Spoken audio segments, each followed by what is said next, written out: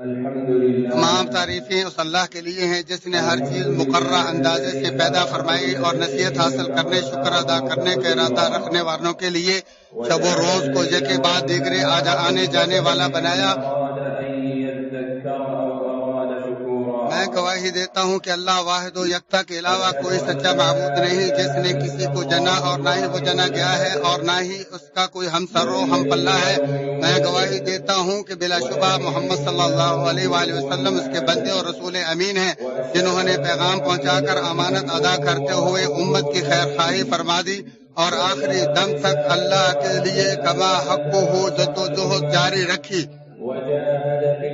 اللہ تعالیٰ آپ اور آپ کے آل و اصحاب اور اس شخص پر جس نے قیامت تک آپ کے طریقے سنت کی پیروی کی صلاۃ و سلام نازل فرمائے۔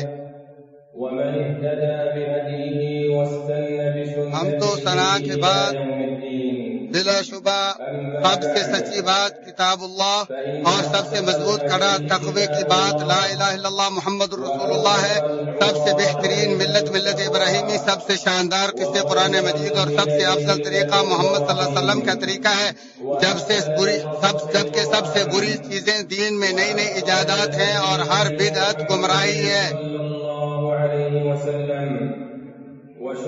اے اللہ کے بندو، اللہ کے حکم کی بجا آوری میں اس سے ڈرو اور جس سے روکا اور ڈانٹا ہے اس سے رک جاؤ۔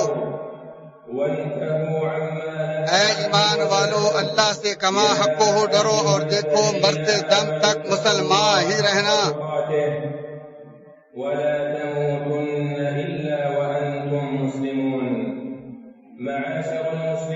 اللہ کے بندو، شب و روز کا رد و بدل، زمانے کی تیزی، حالات کی تبدیلی، سالوں کی جدت، موتوں کا پیچھے پڑنا، یہ سب زوال دنیا و علامت قیامت اور امیدوں کے جال میں پھنسنے والوں کے لیے مقام عبرت ہے۔ اللہ تعالیٰ ہی شب و روز کو رد و بدل کرتا رہتا ہے آنکھوں والوں کے لیے، تو اس میں یقیناً بڑی بڑی عبرتیں ہیں۔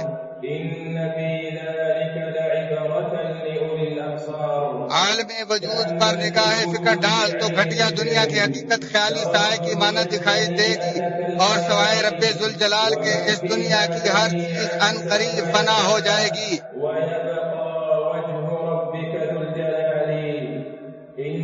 آسمان و زمین کی پیدائش، لیل و نہار کا اختلاف، لوگوں کے لیے نفع بخش، سمندروں میں تیرتی کشتیاں، آسمان سے پانی برسا کر مردہ زمین کو زندہ کرنا، اس میں ہر قسم کے جانوروں کو پھیلانا، ہواؤں کے رخ بدلنا اور بادل جو آسمان و زمین کے درمیان مسخر ہیں، ان سب میں عقل مندوں کے لیے قدرت الہی کی نشانیاں ہیں۔ وتصريف الرياح والسحاب المسخر بين السماء والأرض، ان سب میں عقل مندوں کے لیے قدرت الہی کی نشانیاں ہیں۔ اقوام مسلم ہر سال کے اندازے سے مقدار مقرر کی جاتی ہے، اس میں بچوں، جوانوں اور بوڑھوں کے مقدر اور وقت مقرر تقسیم کیے جاتے ہیں اور ہر ایک کی عمر کی کمی بیشی کتاب میں درج ہے۔ سب نسلیں مٹ جائیں گی، امیدیں ٹوٹ جائیں گی، عمریں گزر جائیں گی، اس جہان کی ہر چیز فنا ہو جائے گی اور صرف تیرے رب ذوالجلال کی ذات باقی رہ جائے گی۔ لہذا عمر کو غنیمت جانتے ہوئے اپنے نسلوں کے لیے پاکیزہ اعمال آگے بھیج لو۔ کل کی امید پر عمل کو مؤخر کرنے سے بچو، کیونکہ ان قریب کرنے کی خالی امیدیں محرومی عمل کا باعث ہوتی ہیں۔ مرنے سے پہلے زندگی، مصروفیت سے پہلے فراغت، محتاجی سے پہلے تونگری، بڑھاپے سے پہلے جوانی اور بیماری سے پہلے صحت میں عمل صالح کی طرف جلدی کر لو۔ فرمانے باری تعالیٰ اپنے رب کی طرف پلٹ رہو اور اس کے مطیع ہو جاؤ قبل اس کے کہ تم پر عذاب آ جائے، پھر تمہاری مدد نہیں کی جائے گی، اور اس سب سے اچھی بات کی پیروی کرو جو تمہارے رب کی جانب سے تمہاری طرف نازل کی گئی ہے، اور اس سے پہلے کہ تم پر اچانک عذاب آ جائے اور تمہیں اطلاع بھی نہ ہو۔ ایسا نہ ہو کہ کوئی کہے ہائے افسوس اس بات پر کہ میں نے اللہ تعالیٰ کے حق میں کوتاہی کی، بلکہ میں تو مذاق اڑانے والوں میں ہی رہا، یا کہے کہ اگر اللہ مجھے ہدایت دیتا تو میں ضرور پرہیزگاروں میں سے ہوتا، یا عذاب کو دیکھ کر کہے کاش میرے لیے ایک بار لوٹنا ہو تو میں نیک عمل کرنے والے میں سے شامل ہو جاؤں۔ اے مسلمانوں، سال ختم ہو چکا، اس کے اعمال پیک اور اعمال نامے لپیٹ دیے گئے۔ بس مبارک ہو اس شخص کے لیے جس نے سنہری موقع کو غنیمت جان کر اپنے وقت کو نفع بخش بنایا اور اپنے عمل کی اصلاح کی۔ خبردار، ہم نئے سال کا آغاز کر چکے ہیں اور جو ہمیں قبروں کے نزدیک کر رہا اور قیامت کی طرف ہانک رہا ہے، لہذا ہمارے لیے یہی لائق ہے کہ ہم عمر کی مہلت کو اللہ کی اطاعت میں صرف کریں۔ جو نیکی بھی تم اپنی جانوں کے لیے آگے بھیجو گے، اسے اللہ کے ہاں پاؤ گے۔ اے اللہ کے بندو، تم سے بہترین وہ ہے جس کی عمر دراز اور عمل اچھے ہوں، اور بدترین وہ ہے جس کی عمر لمبی اور اعمال برے ہوں۔ تم میں سے ہر ایک سے پوچھا جائے گا عمر کس میں اڑائی اور جوانی کس میں گنوائی۔ ہائے افسوس قیمتی لمحات کے ضائع ہونے پر، اور ہائے افسوس عظیم ترین اوقات میں کوتاہی برتنے پر۔ ممکن ہے جوان ابھرتی جوانی کا فریم میں آ جائے، مگر بوڑھے کا وہ کون سا عذر ہے جس سے شیطان اسے بہکائے گا؟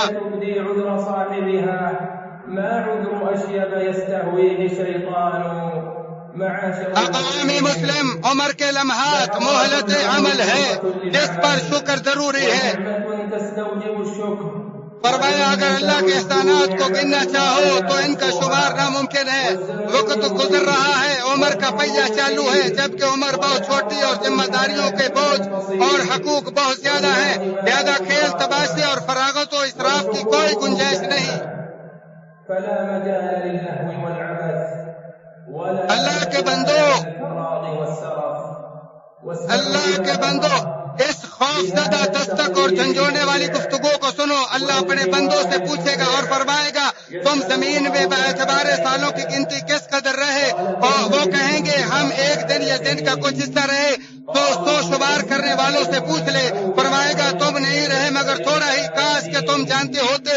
کیا تم نے گمان کر لیا کہ ہم نے تمہیں بے مقصد ہی پیدا کیا اور یہ کہ تم ہماری طرف نہیں لٹائے جاؤ گے؟ بس بہت بلند ہے اللہ جو سچا بادشاہ ہے، اس کے سوا کوئی معبود نہیں، وہی عرش کریم کا مالک ہے۔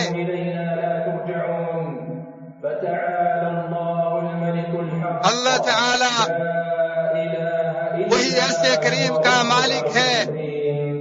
اللہ تعالیٰ میرے اور تمہارے لیے قرآن عظیم کو بابرکت بنائے اور اس کی آیات و ذکر حکیم کو میرے اور تمہارے لیے منافع بخش بنائے۔ اسی پر اکتفا کرتے ہوئے اپنے اور تمہارے اور تمام مسلمانوں کے لیے اللہ عظیم و جلیل سے تمام گناہوں کی بخش طلب کرتا ہوں، اور تم بھی اسی سے بخش طلب کرو، بلا شبہ وہی غفور الرحیم ہے۔ اللہ کے احسانات پر اس کی تعریف اور توفیق و انعامات پر اس کا شکر ہے۔ میں گواہی دیتا ہوں کہ اللہ وحدہ لا شریک کے علاوہ کوئی سچا معبود نہیں، وہی عظیم الشان ہے۔ اور میں گواہی دیتا ہوں کہ ہمارے نبی محمد صلی اللہ علیہ وسلم اس کے بندے، رسول اور اس کی رضامندی کے داعی ہیں۔ اللہ آپ اور آپ کی تمام آل و اصحاب پر بے بہا صلاۃ و سلام نازل فرمائے۔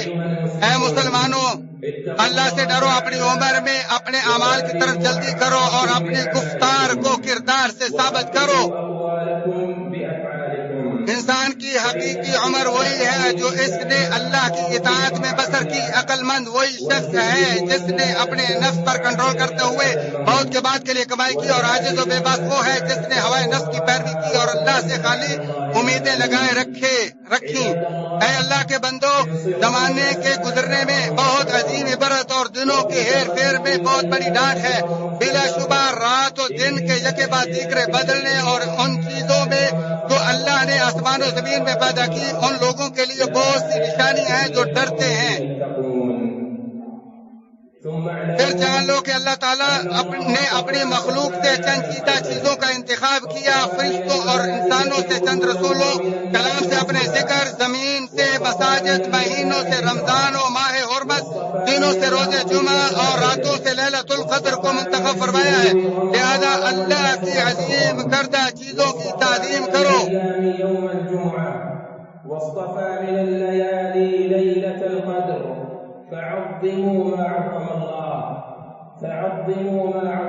اللہ کی عظیم کردہ چیزوں کی عظمت تعظیم کرو۔ خبردار، تم ہجری سال کے ہجری سال کے ابتدائی مہینے محرم کا آغاز کر چکے ہو، جو اللہ کی عظمت یافتہ اور لائق ادب و احترام مہینوں میں سے ہے۔ فرمان باری تعالیٰ ہے، مہینوں کی گنتی اللہ کے نزدیک کتاب اللہ میں 12 ہے، اسی دن سے جس دن سے آسمان و زمین کو اس نے پیدا کیا۔ ان میں سے 4 حرمت و ادب کے ہیں، یہی درست دین ہے۔ تم ان مہینوں میں اپنی جانوں پر ظلم نہ کرو۔ اے اقوام مسلم، تمام مہینوں میں ظلم حرام ہے، لیکن اللہ تعالیٰ نے حرمت والے مہینوں کی حرمت کو عظیم بنایا ہے، اور ان میں گناہ کو بہت بڑا اور عمل صالح اور اجر کو بہت عظیم قرار دیا ہے۔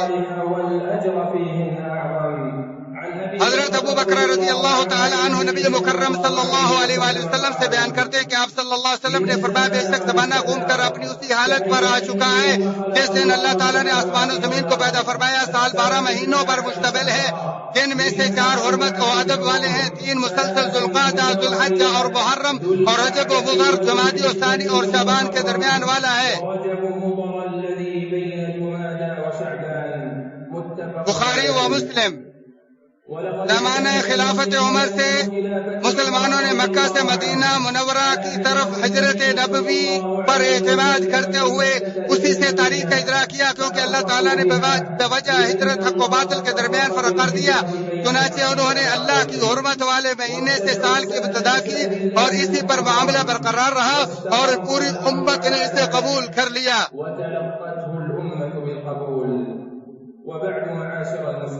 حمد و ثنا کے بعد اقوام مسلم یوم عاشوراء یعنی 10 محرم کا روزہ رکھنا ہمارے نبی کی سنت، گناہوں کے کفارے اور اللہ کی تعظیم و شکر میں سے ہے۔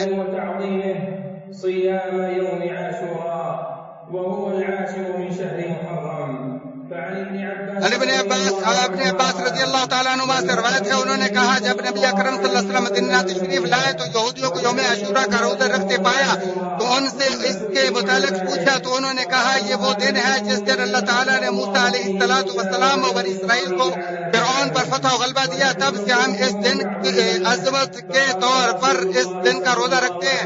چنانچہ رسول اللہ علیہ وسلم نے فرمایا ہمارا تعلق تو موسیٰ علیہ السلام کے ساتھ تمہاری نفس سے زیادہ ہے۔ پھر آپ صلی اللہ علیہ وسلم نے اس دن کا روزہ رکھنے کا حکم دیا۔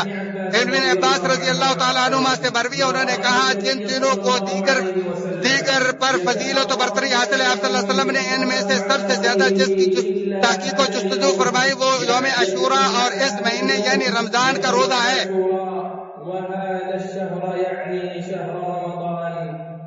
ان دونوں روایتوں کو بخاری نے روایت کیا۔ صحیح مسلم میں ہے کہ بے شک نبی مکرم صلی اللہ علیہ وآلہ وسلم نے فرمایا مجھے اللہ سے امید ہے کہ وہ یوم عرفہ کے روزے سے 1 سال پہلے اور 1 سال بعد کے گناہ مٹا دے گا، اور یوم عاشوراء کے روزے سے گزشتہ 1 سال کے گناہ مٹا دے گا۔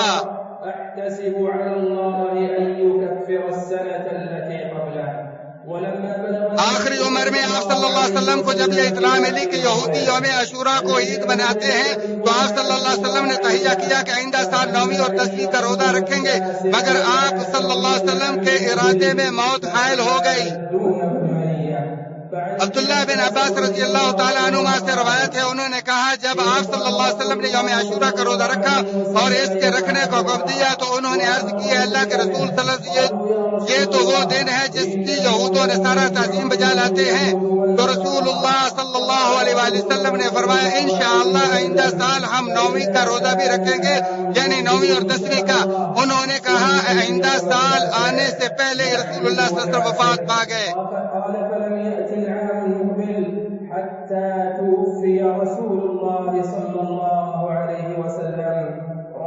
مسلم شریف۔ اس لیے اللہ کے بندو افضل یہی ہے کہ یہودیوں کی مخالفت کرتے ہوئے 1 دن پہلے بھی روزہ رکھا جائے، اور اگر وہ نہ رکھا جا سکے تو 10ویں کا روزہ نہ چھوٹنے پائے۔ اے اللہ اسلام اور اہل اسلام کو عزت عطا فرما، اے اللہ اسلام اور اہل اسلام کو عزت عطا فرما، اور شرک اور مشرکین کو ذلیل و رسوا فرما۔ اے اللہ اس ملک کو اور تمام مسلمانوں کے ممالک کو اپنی حفظ و امان میں رکھ۔ اے اللہ ہمارے حکمران کو اپنی توفیق سے مالا مال فرما اور اس کے اپنی طرف سے مدد فرما، اور اسے اور اس کے ولی امر کو اپنی توفیق سے نیکی اور بھلائی کے کام کرنے کی توفیق عطا فرما۔ اے اللہ ہمارے بارڈروں کی حفاظت فرما۔ اے اللہ ہمارے بارڈروں کے محافظوں کی مدد فرما، حفاظت فرما۔ یا اللہ ان کو اپنے حفظ و امان میں رکھ، اور اللہ ان کی کمیوں کو پورا فرما۔ یا اللہ ان کی شہادتوں کو قبول فرما۔ اللہ تو وہ ہمارا سچا معبود ہے جس کے علاوہ کوئی سچا معبود نہیں ہے۔ تو غنی اور ہم فقیر ہیں۔ یا اللہ تو غنی ہے اور ہم تیرے محتاج اور فقیر ہیں۔ یا اللہ اپنی رحمتوں سے ہمیں نواز اور ہمیں مایوس ہونے والوں میں سے نہ کر۔ یا اللہ رحمت کی بارش نازل فرما۔ یا اللہ صحت پر، خوشحالی پر مبنی بارش نازل فرما۔